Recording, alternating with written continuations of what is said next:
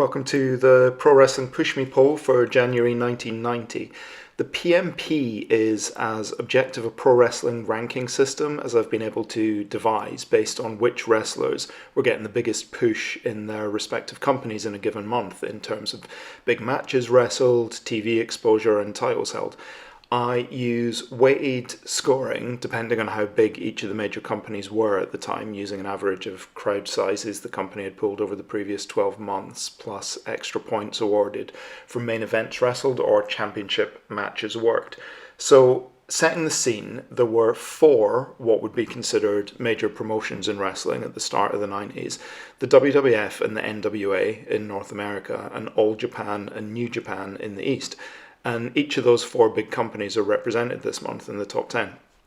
Underneath that, there were the two big Mexican lucha promotions, EMLL and the UWA, and some significant indies or regional promotions in the US, Japan, and Puerto Rico, which I'll touch on after running through the top 10. So, starting at the top, the three most pushed wrestlers of January 1990 were all WWF stars.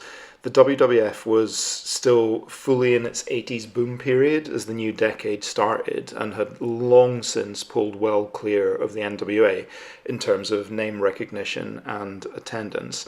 Hulk Hogan, the WWF World Champion and face of the company, was number one.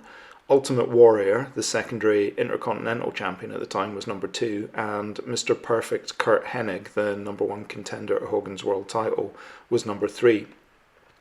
These three were the A-plus players this month. Hogan had been in a house show title program against Mr. Perfect for the last couple of months, and as that continued into 1990, Perfect got a win by disqualification over Hogan at this month's Madison Square Garden show, and depending on who you believe, there had been preliminary plans in place to have Mr. Perfect actually win the Royal Rumble, this month's big WWF Supercard, and go on to face Hogan at WrestleMania 6.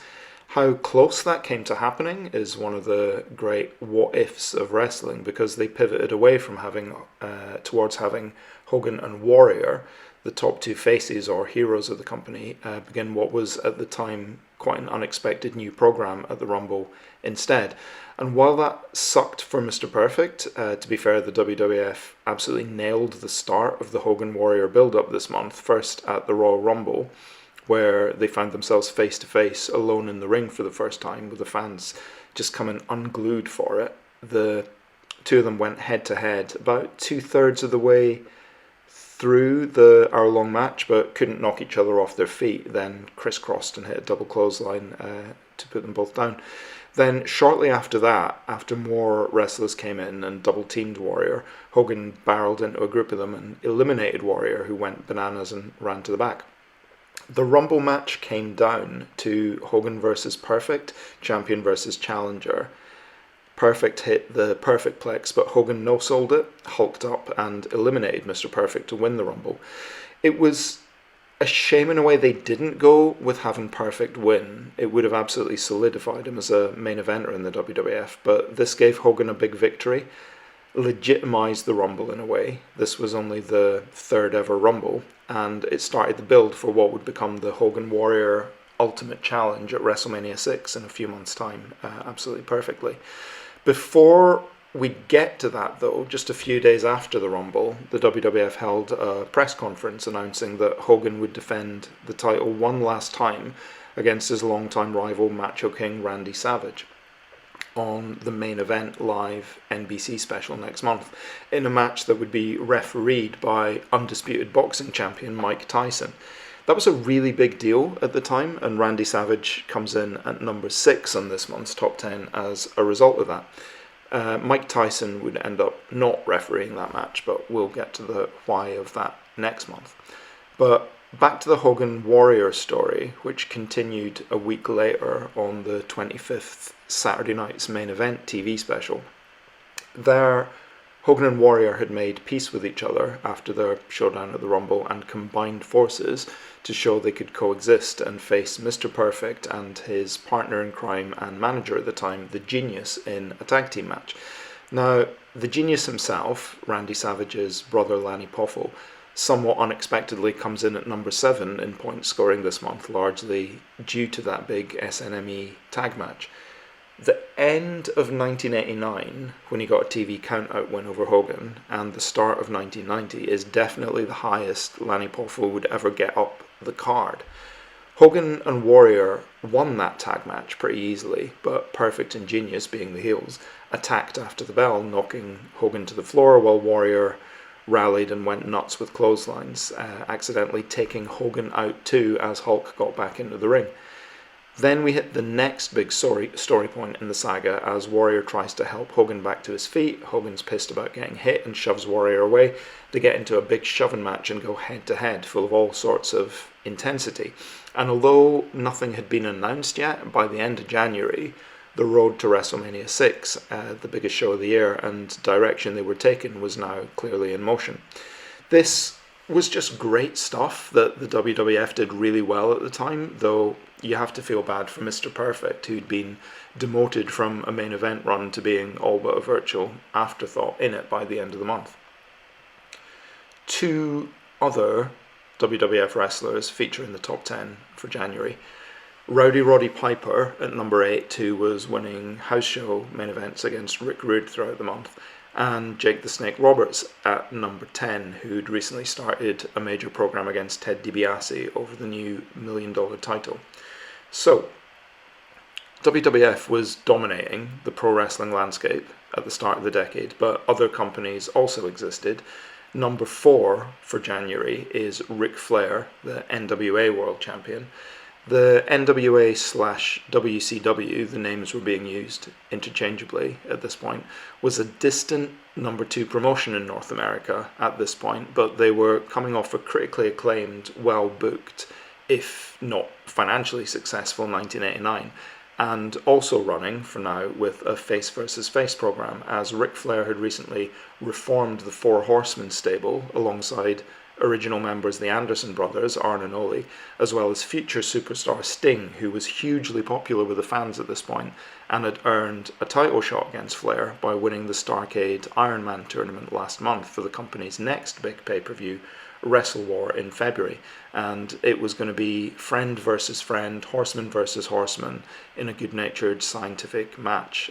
But spoiler for next month, though, things would not continue that way. Number 5 for January was the All Japan legend and current Triple Crown champion, Jumbo Tsuruta.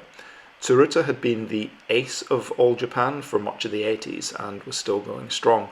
All Japan and New Japan were pretty evenly matched at this point, but Tsuruta scores a bit higher this month, wrestling a collection of 6-man tag team matches during the company's New Year Giant series, alongside a range of partners versus his ongoing rival, Genichiro Tenryu's Revolution stable. And finally, number 9 was Big Van Vader, the New Japan IWGP champion, 5 months into his second reign with that belt as the company's big bad foreign monster heel. Vader also largely spent the month in tag and 6-man matches, although he got a non-title singles win over rising star Masahiro Chono too. So that's it for the first Pro Wrestling Push Me Pull top 10 of the 1990s.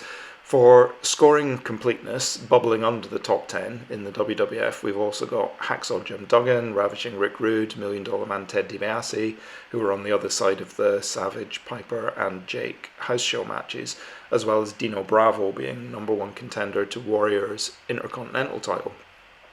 Tag team champions at this point were the Colossal Connection, Andre the Giant and Haku, with the Rockers and the Powers of Pain working a solid program too.